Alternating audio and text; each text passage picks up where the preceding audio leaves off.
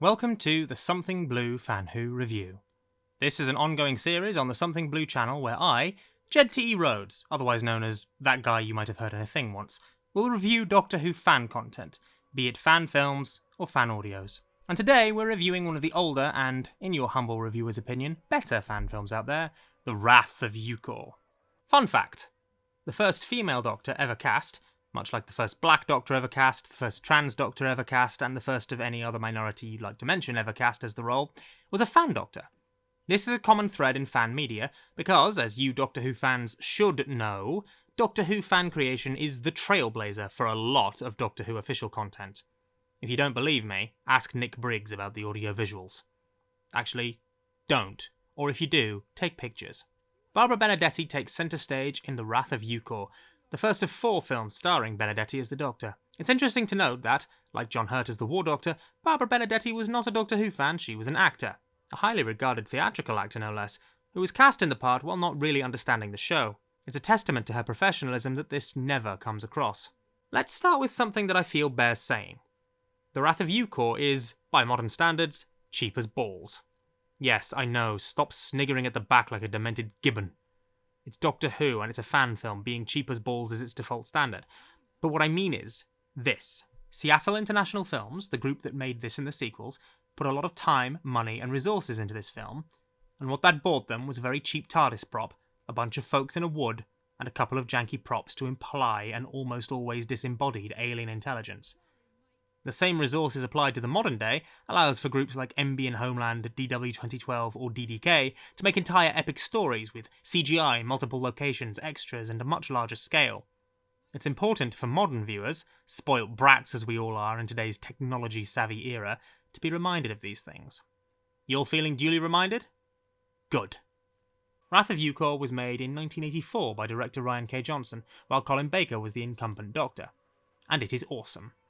It is by no means perfect, either in concept or execution, but it is very much awesome, and a real benchmark of the fandom. In an age where the default fan film is people in woods, the visuals of a bunch of people in woods are a touch cliché. But trust me, you young whippersnappers, this was cutting-edge wood traipsing in the day. Benedetti's Doctor is met, post her regeneration from, we presume, a version of Colin's Doctor, on a Victorian street by Carl, her companion in all 4 stories, played by Randy Rogel, who went on to write for Batman the Animated Series. There's some historical inaccuracies. I don't think a chimney sweeper of the Victorian era would call a police box old, given that the model the Doctor has hadn't been invented yet, but it's a characterful scene, and introduces us well to the dynamic.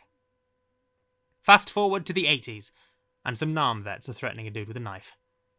The amount of times I have to write that sentence during this series should never be more than one. This is the key weakness of this story, one that's fair because it's dated. These guys are Nam vets, who most likely have PTSD. This is briefly touched upon by the dude, a journalist named Vince Wallace who's wanting to intrude on their time, but never really dealt with properly. Instead, they're presented as having never got out of the jungle, shown as needlessly hostile and at times unsympathetic. But it was the 80s, so we have to shake our heads and sigh, and realistically fan productions are often shit at dealing with mental health issues. None of us are experts after all. Other dated elements include a little bit of what can be called transphobia. There's misgendering, again from Vince, and some general, oh, she used to be a man jokes that, again, make us roll our eyes and go, that'd be the 80s then. Also the sadly very 80s amount of, we don't need a woman, weak-willed woman, listen lady, sexism, which, to be fair, mostly uttered from unsympathetic characters and fairly standard, and even relatively progressive, for the time. Please permit your humble reviewer a moment to go, oh, bollocks! Piece of media I love isn't perfect! Ah! I know this revelation isn't going to sit well with a lot of people. A lot of fan media from the Wilderness era and before is held in extremely high regard by a subset of the fandom. But hey, it's still good. Indeed, my previous criticisms are not intended to dismiss out of hand the many, many things this episode does right.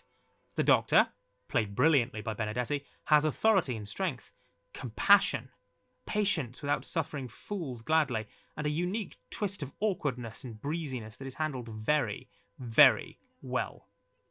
In contrast, the villain of the piece, the eponymous Eukor, is not very impressive. He possesses a guy, he stands, he talks, and then he is defeated by technobabble.